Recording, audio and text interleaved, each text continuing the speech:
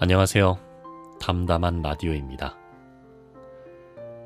오늘은 일상 속에서 문득 밀려오는 불안과 스트레스로 마음이 무거워질 때 우리가 어떻게 그 마음을 다독이고 돌볼 수 있을지 고대 그리스 철학이 건네는 따뜻한 지혜를 하나 살펴보려 합니다. 바로 에우핵시아라는 개념인데요. 오늘은 이 단어가 품고 있는 의미를 천천히 따라가며 우리 마음이 어떻게 다시 평온을 찾을 수 있을지 깊이 있는 이야기를 나누어 보겠습니다. 살다 보면 누구나 한 번쯤 이런 경험 있으시죠? 몸이 조금 안 좋아 병원을 찾았는데 검사 결과를 보신 의사 선생님께서 처방전을 건네시며 그리고 무엇보다 스트레스 관리가 제일 중요합니다. 라고 말씀하시는 장면 말이에요. 진료실에서 정말 자주 듣게 되는 이 익숙한 조언. 물론 맞는 말입니다. 스트레스가 모든 병의 씨앗이 된다는 건 우리 모두 잘 알고 있는 사실이니까요. 하지만 막상 그 말을 듣고 나면 마음 한구석이 왠지 모르게 더 답답하게 느껴질 때가 있으셨을 겁니다. 쉼 없이 쏟아지는 복잡한 일들과 마음처럼 되지 않는 인간관계 속에서 우리의 하루는 여전히 버겁기만 하니까요. 그래서 그 조언이 어떤 뜻인지는 충분히 알아도 막상 일상으로 돌아오면 어떻게 이 불안을 구체적으로 다스려야 할지 막막하기만 하죠. 지금도 불안의 무게를 묵묵히 견뎌내고 계실 많은 분들을 위해 오늘은 우리가 놓치고 있었던 마음의 평온에 대해 조금 더 자세히 이야기를 나누어 보려고 합니다. 우선 불안을 느끼는 것이 결코 여러분이 나약하거나 의지가 부족해서는 아니라는 점을 꼭 말씀드리고 싶어요. 오히려 불안은 우리 몸이 수만 년이라는 긴 시간을 거쳐오며 스스로를 안전하게 지키기 위해 정교하게 다듬어온 아주 오래된 생존 시스템이 보내는 지극히 자연스러운 신호거든요. 그래서 오늘 우리가 나눌 이야기의 핵심은 불안을 다스리는 열쇠가 단순히 마음을 강하게 먹는 것에 있는 게 아니라 바로 우리의 몸을 돌보는 것에 있다는 사실을 깨닫는 데 있습니다. 불안이라는 감정이 몸과 어떻게 연결되어 있는지 조금 더 깊이 들여다보면 막연했던 불안을 다스릴 수 있는 훨씬 현실적인 방법들을 깨닫게 되실 겁니다. 오늘만큼은 불안을 억지로 없애려 하거나 밀어내기 위해 너무 힘쓰지 않으셨으면 해요. 그저 편안하게 호흡하시면서 지금 이 이야기에 잠시 마음을 열어주셨으면 좋겠습니다. 그러면 이 영상이 끝날 무렵에는 여러분 스스로가 불안이 도대체 어디에서 또 어떻게 시작되는 것인지 그 본질적인 이유를 깊이 이해하시게 되실 거예요. 더불어 일상에서 불안한 마음을 조금씩 다독이고 낮출 수 있는 아주 현실적이고 구체적인 방법들도 함께 말씀드리겠습니다. 자, 이제 고대 철학자들이 남겨준 에우핵시아라는 지혜를 길잡이 삼아 우리 삶의 진정한 평온을 위해 불안의 정체를 한번 살펴볼까요? 이 생존 시스템을 이해하려면 아주 까마득한 옛날로 시간을 거슬러 올라가야 합니다. 지금으로부터 수만 년 전, 우리의 조상들은 매일매일 생사가 오가는 환경 속에서 살아남아야 했습니다. 언제 어디서 맹수가 나타날지 모르고 또 낯선 이들과 마주치면 당장 목숨이 위태로울 수도 있었죠. 그런 시절에는 깊게 고민할 여유조차 없었을 겁니다. 그저 본능적으로 그리고 즉각적으로 반응하는 것이 곧 생존이었으니까요. 그래서 우리의 뇌는 아주 영리한 생존 장치를 하나 고안해냈습니다. 위험을 감지하는 즉시 온몸에 경보를 울려주는 시스템이었죠. 이 시스템의 핵심은 뇌의 깊은 곳, 아몬드를 닮은 아주 작은 부위와 깊은 관련이 있는데요. 뇌과학에서는 이곳을 바로 편도체라고 부릅니다. 편도체는 참 열심히 일합니다. 위험을 암시하는 냄새나 갑작스러운 소리, 누군가의 낯선 표정 하나에도 즉각적으로 반응하니까요. 그런데 편도체가 그렇게 위험 신호를 보내는 순간 우리 몸 안에서는 아주 구체적이고 연쇄적인 변화들이 시작됩니다. 이 과정을 조금 더 자세히 들여다보면 우리가 왜 불안을 그토록 생생하게 몸으로 느끼는지 그 이유가 선명해집니다. 편도체가 경보를 울리면 뇌는 즉각적으로 부신이라는 기관에 신호를 보냅니다. 그러면 부신은 아드레날린과 코르티솔 같은 호르몬을 혈액 속으로 내보내죠.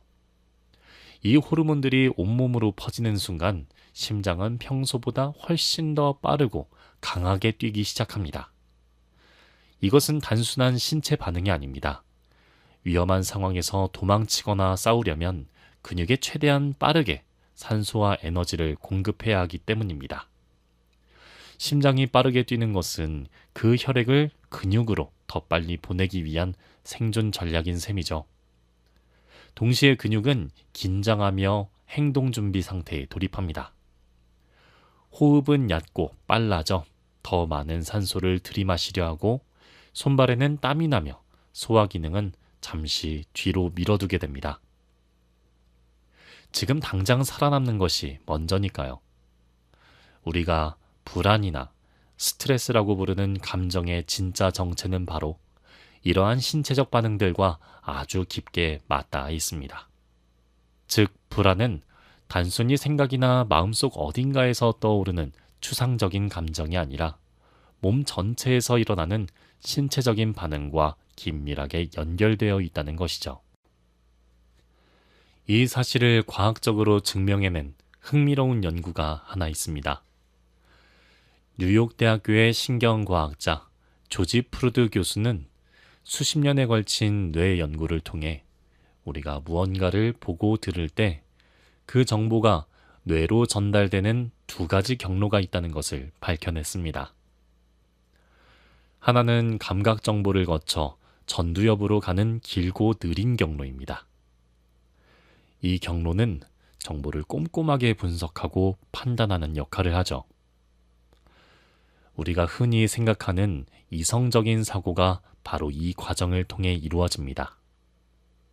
그런데 이와는 전혀 다른 또 하나의 경로가 있습니다.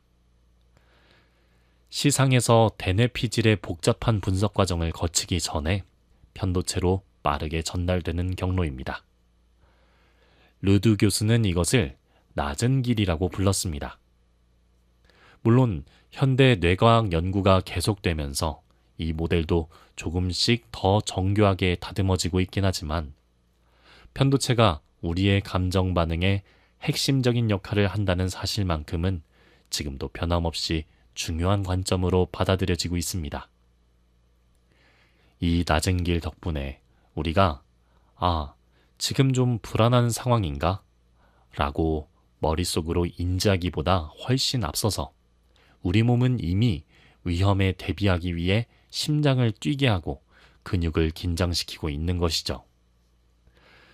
우리가 때로는 이유도 모른 채 갑자기 가슴이 두근거리거나 설명할 수 없는 불안감이 훅 밀려오는 경험을 하는 건 바로 이런 이유 때문입니다.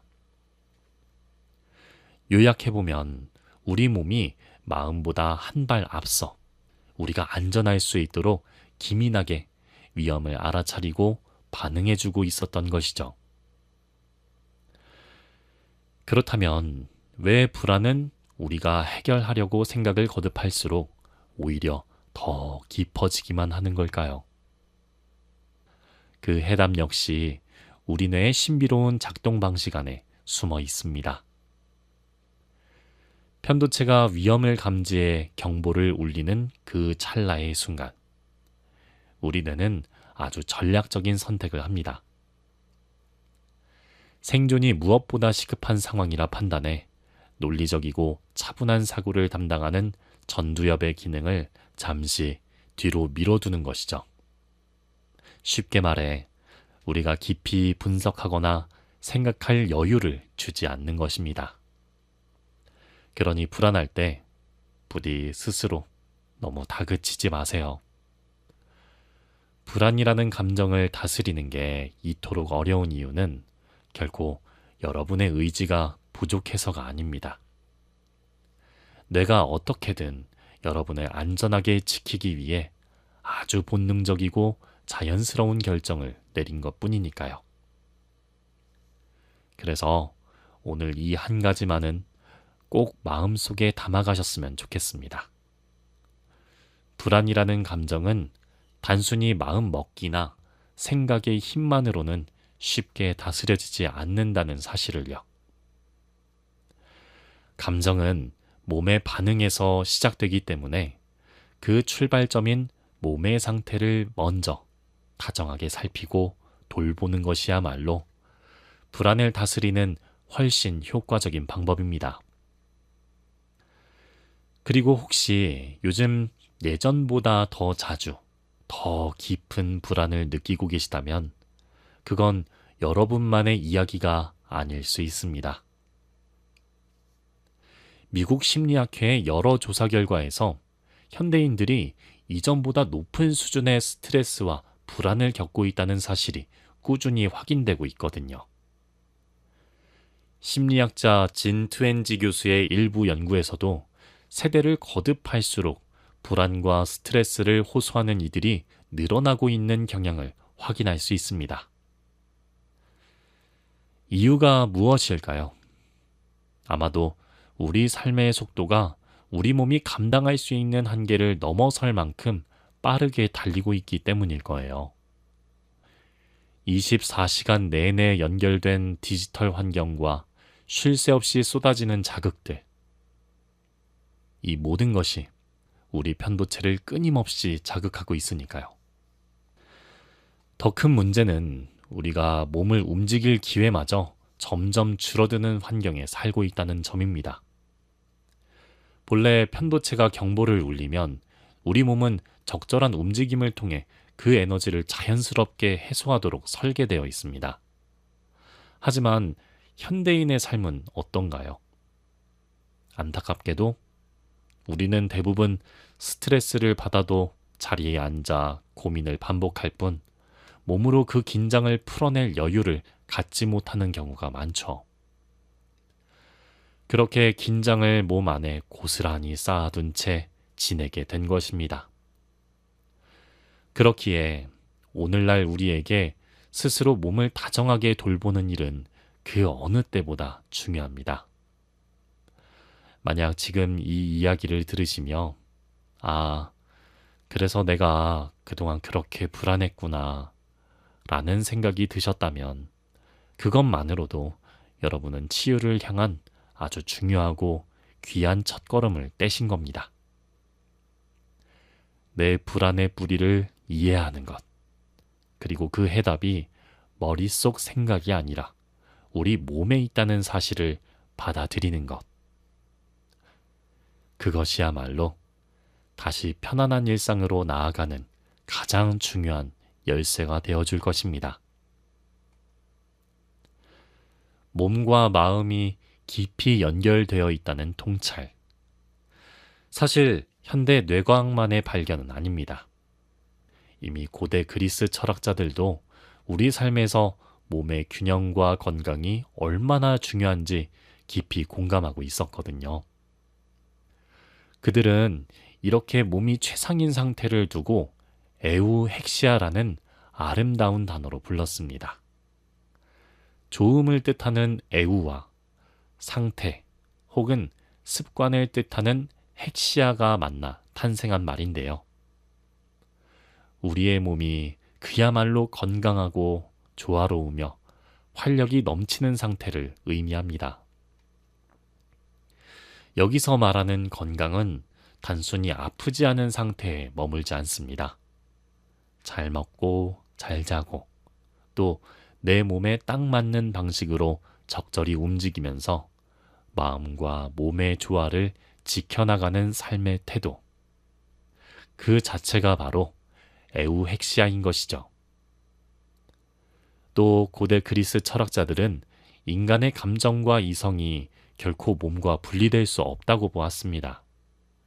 즉, 몸의 상태가 우리의 감정 조절 능력이나 판단력, 심지어 주변 사람들과의 관계에까지 직접적인 영향을 준다는 사실을 이미 꿰뚫어 보고 있었던 것이죠.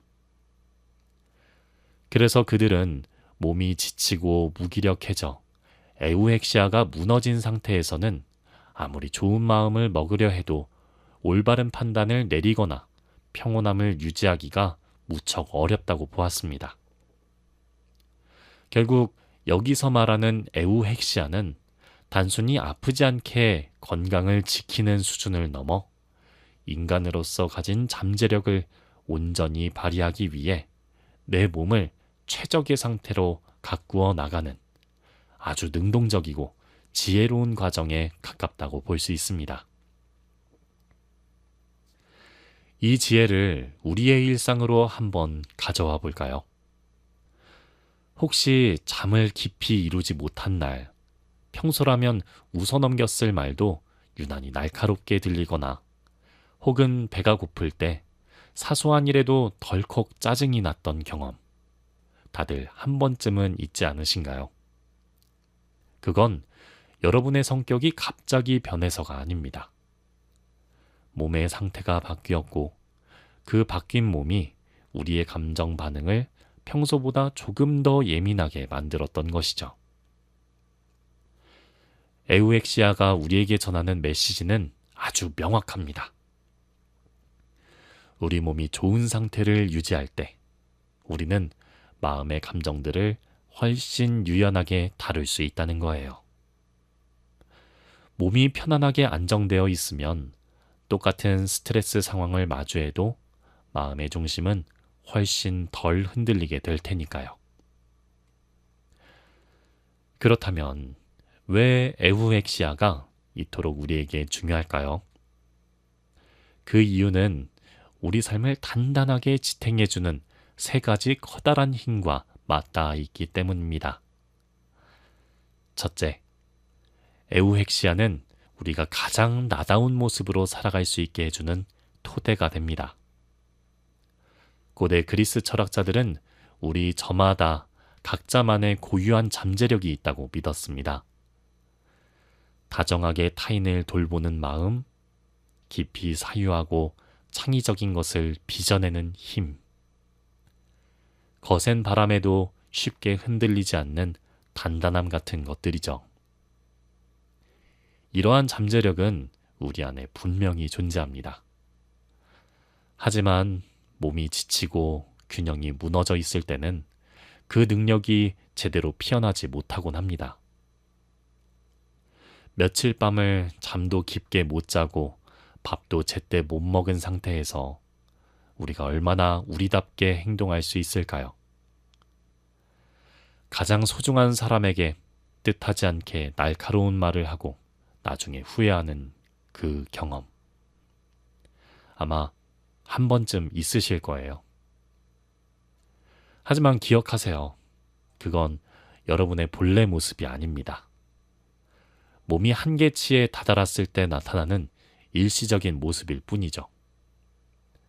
우리가 몸의 건강한 활력을 되찾을 때 우리 내면의 가장 아름다운 모습들을 다시 꺼낼 수 있게 될 것입니다.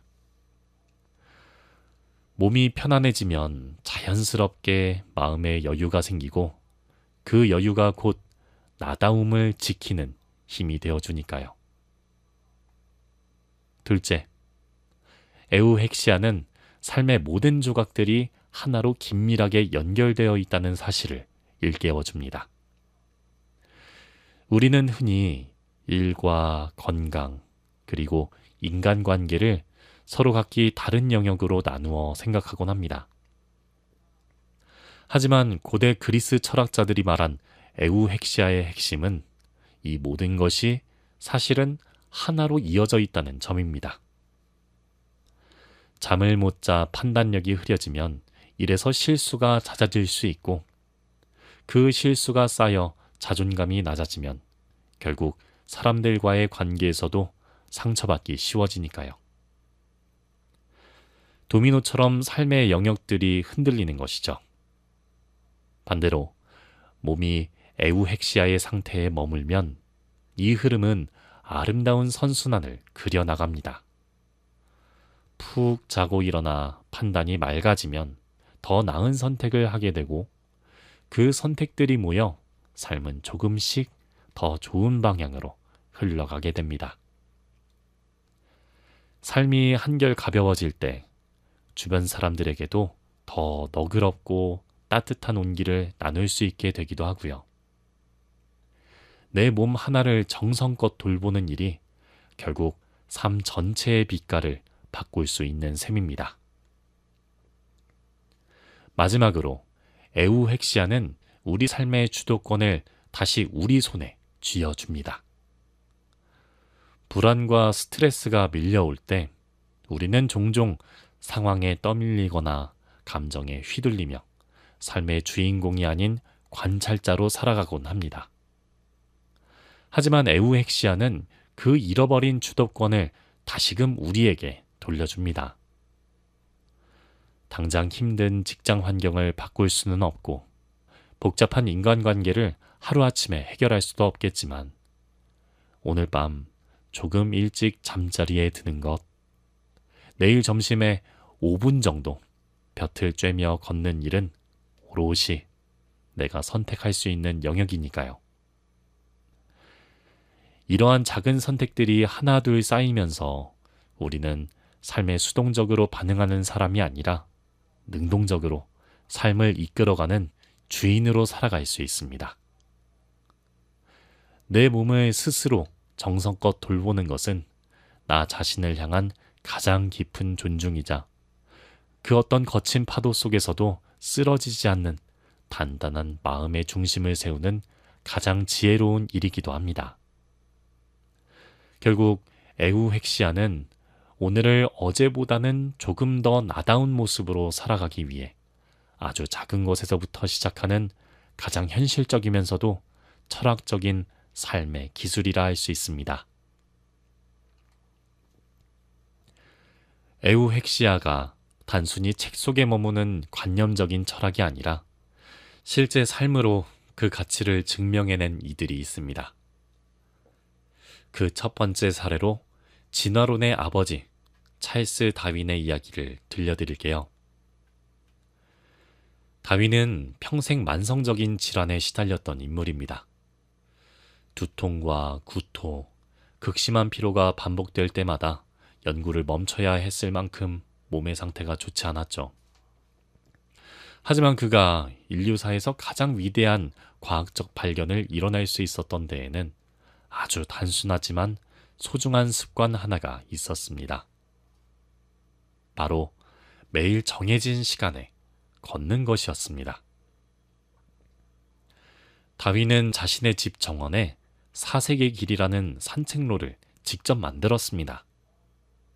그리고 몸 상태가 어떻든 하루도 빠짐없이 그 길을 걸었습니다.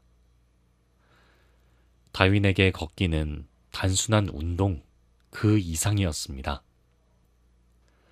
복잡하게 얽힌 생각을 풀어내고 불안한 마음을 가라앉히며 다음 연구의 실마리를 찾아가는 가장 중요한 시간이었을 테니까요.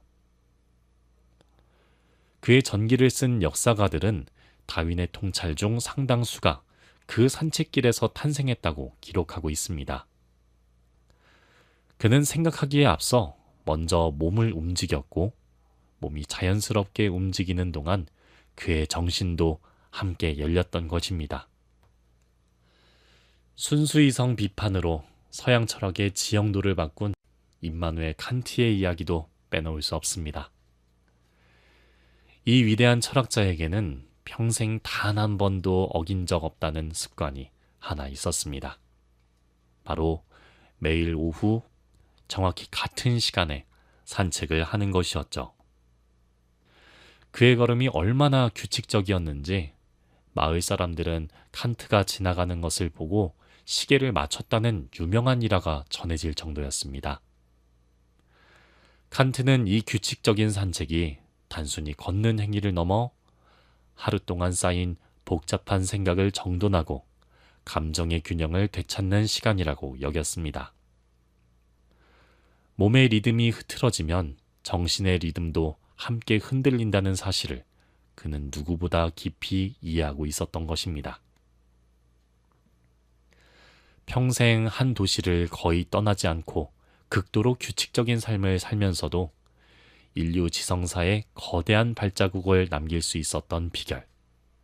어쩌면 그 매일의 산책 속에 해답이 있었는지도 모릅니다. 마지막으로 손흥민 선수의 이야기도 함께 나누고 싶습니다. 전 세계가 인정하는 최고의 축구 선수인 그는 어린 시절부터 아버지의 특별한 훈련 철학 아래 성장했습니다. 아버지의 가르침은 단순하면서 깊이가 있었습니다. 기술을 익히기 전에 먼저 몸의 기본기를 완성하라는 것이었죠. 공을 차기 전에 바르게 달리는 법을, 그리고 달리기 전에 몸의 중심을 잡고 유연성을 기르는 법을 가장 먼저 배웠습니다. 몸이 제대로 준비되어야 그 위에 실력이라는 꽃도 피어날 수 있다는 믿음 때문이었을 거예요. 이러한 철학은 손흥민 선수가 지금까지도 흔들림 없는 경기력을 유지하는 단단한 뿌리가 되어주었을 것으로 보입니다. 이 세 사람의 이야기에서 어떤 공통점이 느껴지시나요? 한 사람은 만성질환이라는 몸의 한계 속에서도 꾸준한 걷기를 포기하지 않았고, 또 한 사람은 몸의 리듬이 곧 정신의 리듬을 만든다는 사실을 삶으로 실천했으며, 마지막 한 사람은 어린 시절부터 몸의 기본기를 다지는 일을 삶의 뿌리로 삼았습니다. 시대도 살아간 분야도 전혀 다르지만 세 사람이 도달한 결론은 하나였습니다. 감정의 안정과 정신의 맑음은 내 몸을 정성껏 돌볼 때 비로소 가능하다는 것입니다.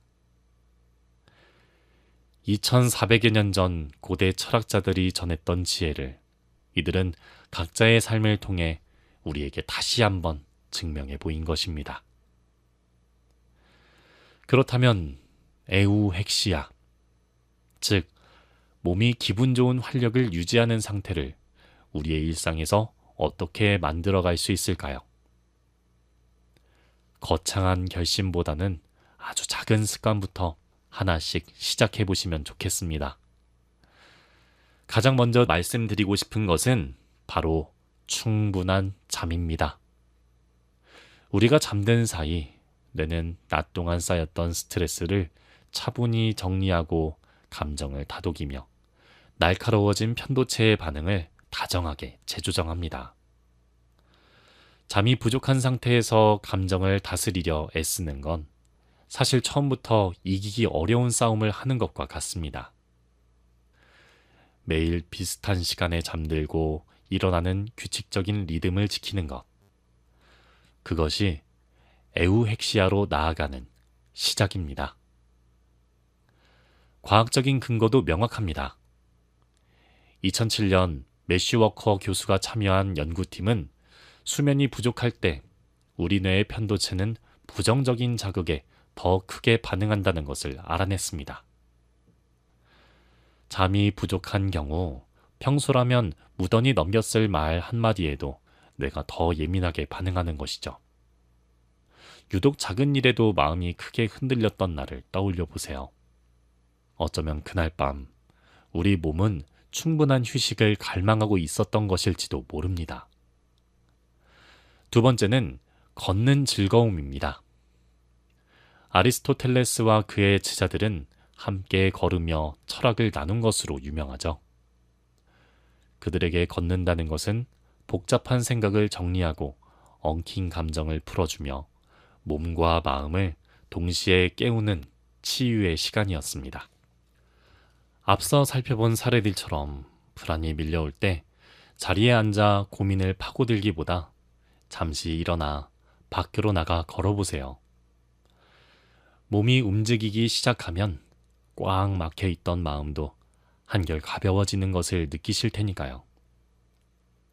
실제로 2015년 스탠퍼드 대학교의 연구는 자연 속을 걷는 것만으로도 걱정을 끝없이 되새기는 부정적인 사고의 패턴이 줄어든다는 사실을 밝혀냈습니다. 걷는 행위는 우리 뇌가 불안의 굴레에서 벗어나게 돕는 가장 자연스럽고도 강력한 처방전인 셈이죠. 세 번째는 편안한 호흡입니다. 호흡은 우리가 의식적으로 조절할 수 있는 거의 유일한 자율신경계 기능입니다.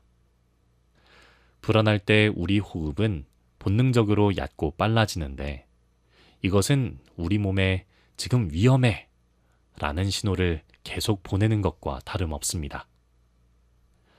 반대로 들이마시는 숨보다 내뱉는 숨을 조금 더 길게 쉬어보세요. 그 순간 우리 몸은 지금은 안전하구나 라며 비로소 안도하게 됩니다. 실제로 날숨을 길게 쉬는 호흡은 스트레스 호르몬인 코르티솔 수치를 낮추고 심박수를 안정시켜 우리 몸의 부교감 신경을 활성화한다는 것이 여러 연구를 통해 확인되었습니다. 호흡을 바꾸는 것은 긴장과 이완의 스위치를 우리가 직접 조작하는 것과 같습니다. 지금 저와 함께 한번 해보실까요? 코로 천천히 4박자를 세며 숨을 들이마시고 잠시 2박자를 멈춘 뒤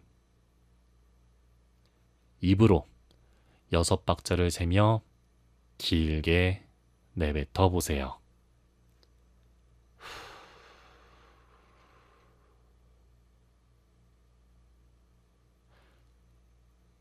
이것을 3번 반복해 보세요. 어느새 차분한 몸과 마음을 느끼실 수 있을 겁니다. 마지막 4번째는 잠깐의 알아차림입니다. 불안을 무작정 피하거나 억누르려 하기보다 그 감정을 있는 그대로 가만히 바라보는 것입니다. 폭풍처럼 마음이 휘몰아치는 순간에 잠시 멈춰 서서 내가 지금 불안하구나 라고 짧게 이름을 붙여주는 것만으로도 우리 뇌는 훨씬 더 차분해집니다. UCLA 매튜 리버먼 교수팀의 연구에서 우리가 자신의 감정에 이름을 붙이는 순간 과도하게 반응하던 편도체의 활동이 완화되는 경향이 관찰되었습니다. 그러니 불안과 싸우지 마세요. 그저 있는 그대로 알아차려 보세요. 그 연습이 반복되면 여러분의 뇌는 다시 평온을 찾아가기 시작할 것입니다. 지금까지 우리는 불안이 어디에서 시작되는지 또 몸을 돌보는 것이 어떻게 마음을 챙기는 근본적인 열쇠가 되는지 차근차근 살펴보았습니다. 하지만 현실의 삶은 때때로 아무리 잘 자고 잘 걷고 깊게 호흡하며 몸을 정성껏 돌보아도 여전히 어려운 순간들이 예고 없이 찾아오곤 합니다. 예상치 못한 소식이나 얽히고 설킨 인간관계, 다가올 미래에 대한 막연한 두려움은 우리가 몸을 아무리 잘 관리해도 완전히 사라지지 않으니까요. 그렇다면 과연 에우핵시아는 우리를 어떤 삶으로 이끌어주려는 걸까요? 사실 고대 철학자들이 에우핵시아를 그토록 귀하게 여긴 것은 불안이 아예 없는 완벽한 삶을 만들기 위함이 아니었습니다. 현대 심리학적인 관점에서 재해석해보면 이는 어떤 상황 앞에서도 흔들리지 않는 내면의 중심을 우리 몸 안에 단단히 세우기 위해서였죠. 몸이 좋은 상태를 유지하고 있을 때 우리는 삶의 어려운 파도를 대하는 방식이 달라집니다. 같은 파도가 밀려와도 중심이 단단한 사람은 그 파도에 쓸려가지 않고 묵묵히 자신의 자리를 지켜낼 수 있으니까요. 바다를 한번 떠올려 보세요. 바다에는 언제나 파도가 있습니다.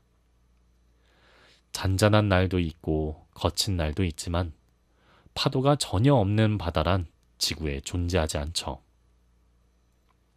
파도를 무조건 없애야 한다고 믿는 사람은 결코 바다를 온전히 즐길 수 없을 겁니다.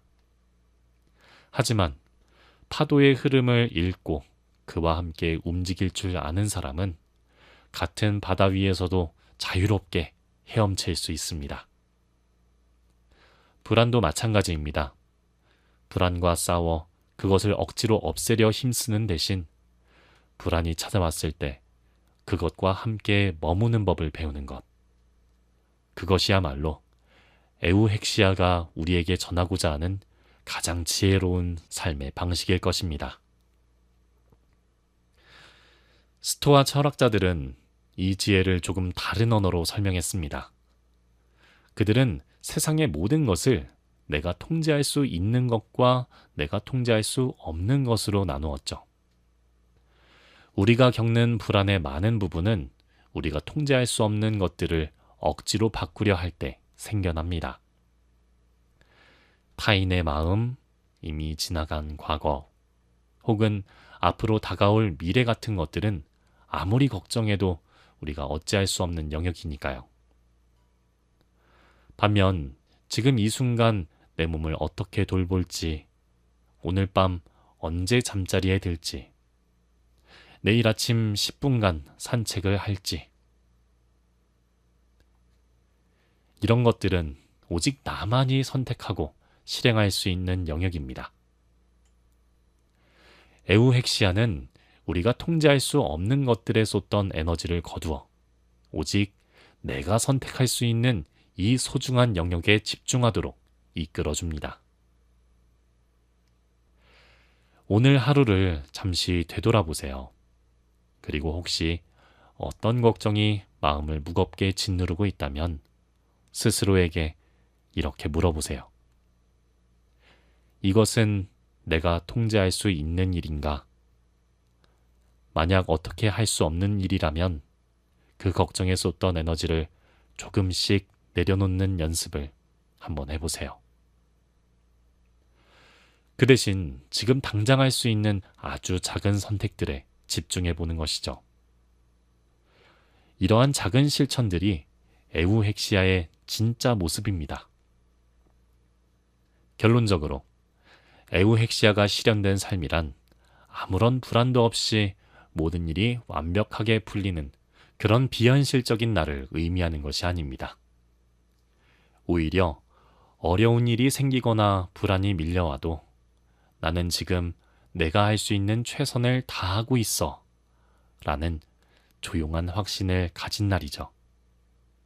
그리고 불안과 싸우기보다 지금 내가 불안을 느끼고 있구나 라고 다정하게 이름을 붙여줄 수 있는 날, 혹은 내 몸이 보내는 신호를 외면하지 않고 귀를 기울이며 그 신호에 응답해주는 날이기도 하고요. 이 또한 기억해 주세요. 불안이 밀려와도 나 자신을 잃지 않게 해줄 단단한 마음의 중심은 어느 날 갑자기 완성되지 않습니다. 오늘 여러분이 실천하는 아주 작고 평범한 선택들이 하루하루 쌓여갈 때 비로소 여러분의 일상 속에서 단단한 평온이 머무는 날들이 조금씩 그리고 분명하게 늘어나게 될 것입니다. 오늘 우리가 나눈 이야기를 짧게 갈무리해 볼까요? 불안은 우리가 나약해서가 아니라 우리 몸이 스스로를 보호하기 위해 가동하는 아주 오래된 생존 시스템입니다. 그러니 불안이 찾아올 때 생각을 다잡으려 애쓰기보다 먼저 내 몸을 다정하게 돌보는 것, 즉 에우핵시아의 상태를 가꾸는 것이 가장 지혜로운 길입니다. 오늘부터 시작하실 수 있는 아주 작은 실천들을 제안해 드렸는데요. 아침에 눈을 뜨면 가장 먼저 깊은 호흡을 3번 해보세요. 들이쉬고 잠깐 멈추고 길게 내뱉는 그 짧은 시간 동안 오늘 하루를 함께 살아갈 내 몸에게 조용히 인사를 건네는 것입니다. 낮 동안 불안이나 긴장이 찾아오면 자리에서 일어나 잠깐이라도 밖을 걸어보세요. 그리고 하루를 마무리하기 전 오늘 내가 어찌할 수 없었던 일들은 조용히 마음에서 내려놓으며 이렇게 다독여 주세요. 나는 오늘 할 수 있는 나의 최선을 다했다. 나머지는 내일의 흐름에 맡겨보자. 어느 하나 거창한 것은 없지만 이 작은 선택들이 쌓이면 어느새 불안을 전보다 훨씬 더 여유롭게 바라보는 여러분을 만나게 될 것입니다. 물론 불안이 완전히 사라지지는 않을지도 모릅니다. 하지만 불안과 함께 살아가면서도 우리는 충분히 평온하고 따뜻한 삶을 만들어갈 수 있습니다. 여러분은 이미 그 힘을 가지고 계시니까요. 오늘 이 시간이 여러분이 견디고 계셨던 마음의 짐을 조금이나마 가볍게 덜어드렸기를 바랍니다. 긴 시간 동안 끝까지 함께 해주셔서 진심으로 고맙습니다. 오늘 함께 나눈 이 이야기가 늘 더 잘 해내야 한다는 무거운 마음으로 스스로를 끊임없이 다그쳐왔던 분들께 잠시 그 짐을 내려놓아도 괜찮다는 작은 허락이 되었기를 바랍니다. 오늘 밤 잠자리에 들기 전 나 자신에게 꼭 이 말을 건네주세요. 오늘 내 하루는 이만큼으로 이미 충분히 완벽했다. 라고요. 그 고요한 확신 한마디가 내일의 나를 한결 가볍고 자유롭게 만들어줄 거라 믿습니다. 오늘 이야기를 들으시면서 어떤 마음이 드셨나요? 불안이 찾아올 때 여러분만의 평온을 되찾는 방법이 있다면 댓글로 편하게 들려주세요. 여러분이 나누어 주시는 다양한 지혜가 지금 이 순간 비슷한 고민을 안고 있는 누군가에게는 무엇보다 큰 위로가 될 테니까요. 함께 나누면 지혜도 마음의 여유도 더욱 충만해질 거라 믿습니다. 저는 앞으로도 여러분의 소중한 의견들을 하나하나 귀하게 읽으며 시대를 초월한 고전의 깊은 지혜들을 더욱 쉽고 다정하게 풀어내어 여러분의 일상의 쉼표로 다시 찾아오겠습니다. 오늘도 참 고생 많으셨습니다. 구독과 좋아요는 이 공간을 여러분의 따스한 온기로 가득 채워주는 큰 힘이 됩니다. 지금까지 여러분의 든든한 휴식처 담담한 라디오였습니다. 감사합니다.